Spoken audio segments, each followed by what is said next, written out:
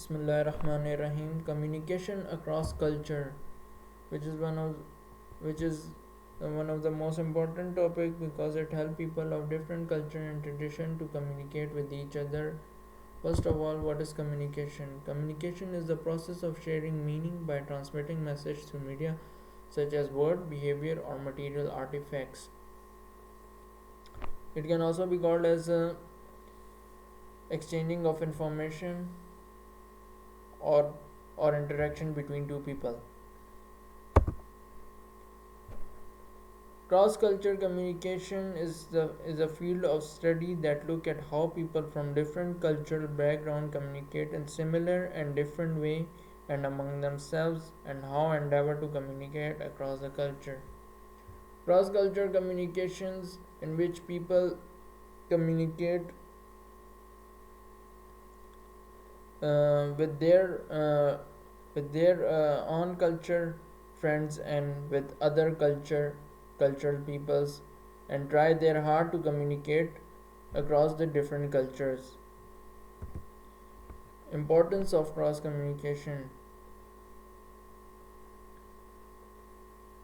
Cross communication has high importance.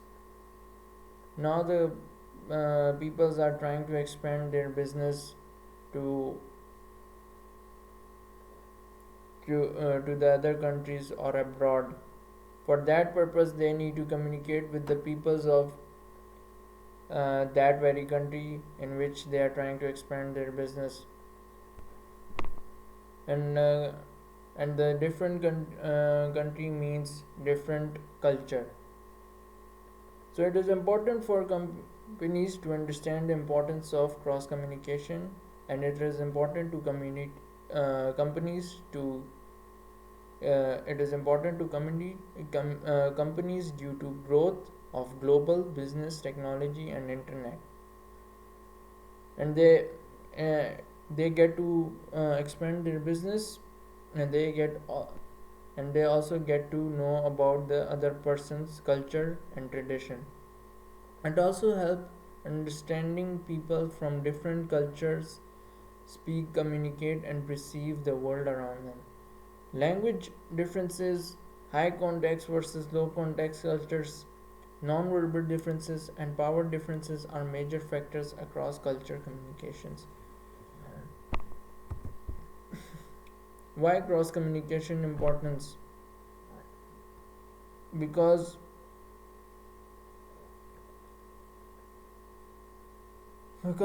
different countries are offering different jobs opportunities and business opportunities, and our youngsters have plans to establish their business or to take job in country other countries.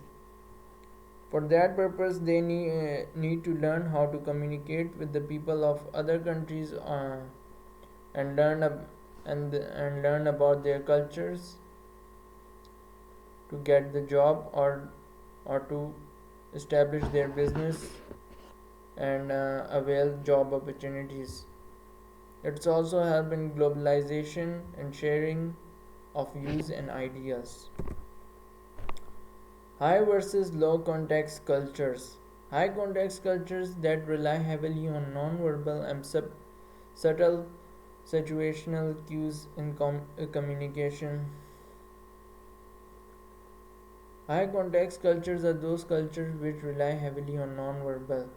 It means you have to use your expressions, hands, or head to communicate, uh, or you have to communicate without words. Low context cultures, cultures that heavily rely on word to convey meaning in communication. Those cultures which rely on words to convey the meaning in communication.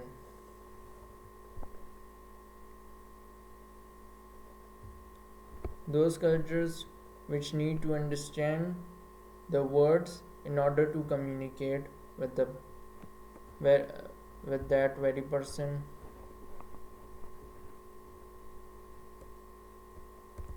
which they are communicating. Verbal communications is a type of communication in which a person uses sounds and words to express himself. It includes face to face communication, telephone communications, and radios and TVs. In non-verbal communication, a person send or receive wordless cues without any word. It means no use of words. You have to communicate without words. For example, it includes eye contacts, gesture, touch, voice. These are called paralanguages. Eye contact. In some cultures, looking people in the eye is honesty and straightforwardness, and in other it's seen as challenging and rude. In US, if you have a good eye contact with the person, it generally signifies that you are interested in the person. In Middle East, eye contact is much less common and considered inappropriate. In many Asian, African, and Latin American cultures, extended eye contact can be taken as an affront or challenge to an authority. In Western Europe, it is considered proper and polite to maintain almost constant eye contact with another person. Gestures, a move of a part of the body, especially hand or head, to express an idea or meaning. Touch. In Islam and Hinduism, touch with the left hand is insulting. Colors. Colors can also express the cultures and it is also help in communication. A single color have many different meanings in different cultures. In Asia, orange is positive, spiritual, enlightened, and life affirming color.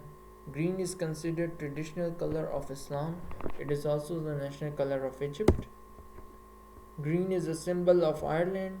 Green is a strong trend in Irish holiday, St. Patrick Day.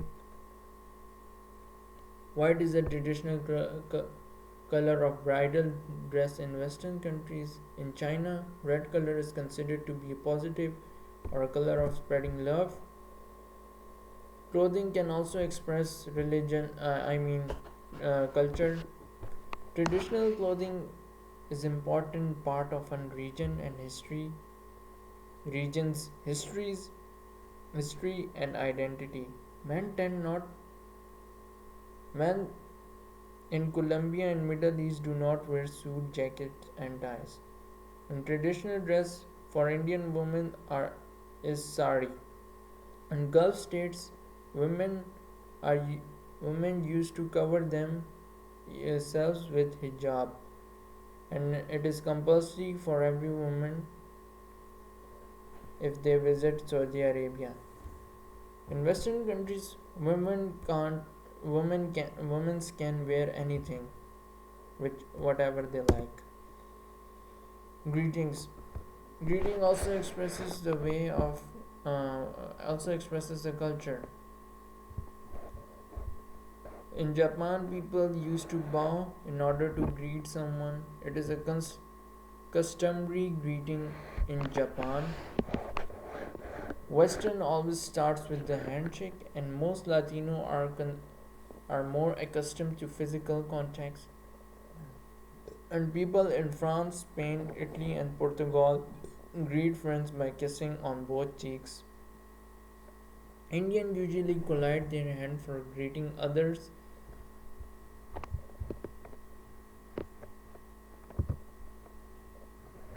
Block to a cultural communication. No. Cultural conflicts in workplaces. Here are some reasons that conflict occur in workplaces. It arises because of differences in values and norms of the behavior from different cultures. So this situation creates misunderstanding and lead to conflicts. There are different situations which can lead to conflicts and works. Misunderstanding or conflicts between different nationalities, religions, or ethnic groups, cultural ignorance and insensitivity, lack of awareness of social lifestyle and practices, miscommunication and misinterpretation, wrong perception of illness and treatment. Some people can get the wrong expressions of what you are saying. Some people get miscommunication and misinterpretation of what you are trying to sing, but the meaning is something else. Lack of awareness of the social lifestyle, ignoring the culture and don't care about it, and misunderstandings. These all lead to conflicts.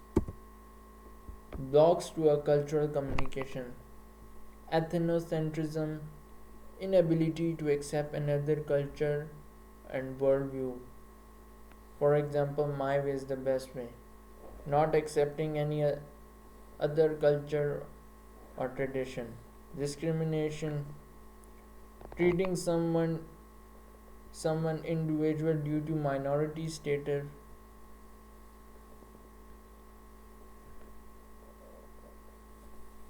because of their skin color or because of their clothes or because of their status. For example, we just aren't equipped to serve people like that. We can also take an example of a rich and poor.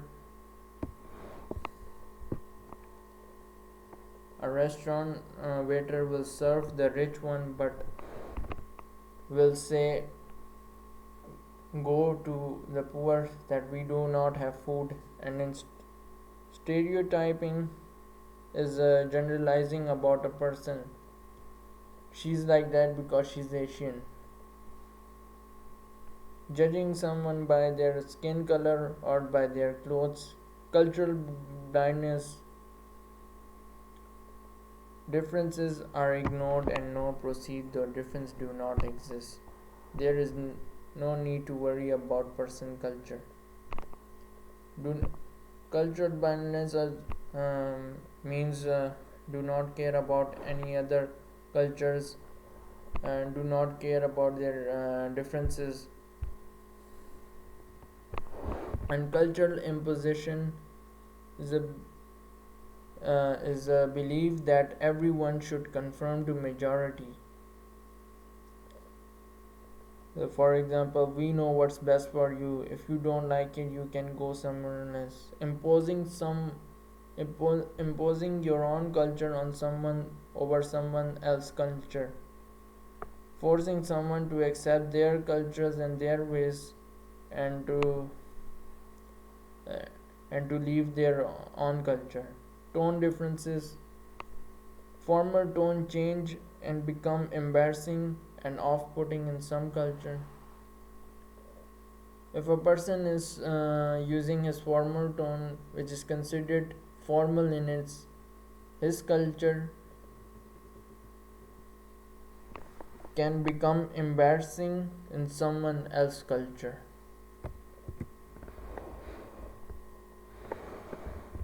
Effective tips for cross-culture communication is avoid negative questions, be supportive, always check your meanings, avoid slangs, maintain etiquettes, and watch the humor.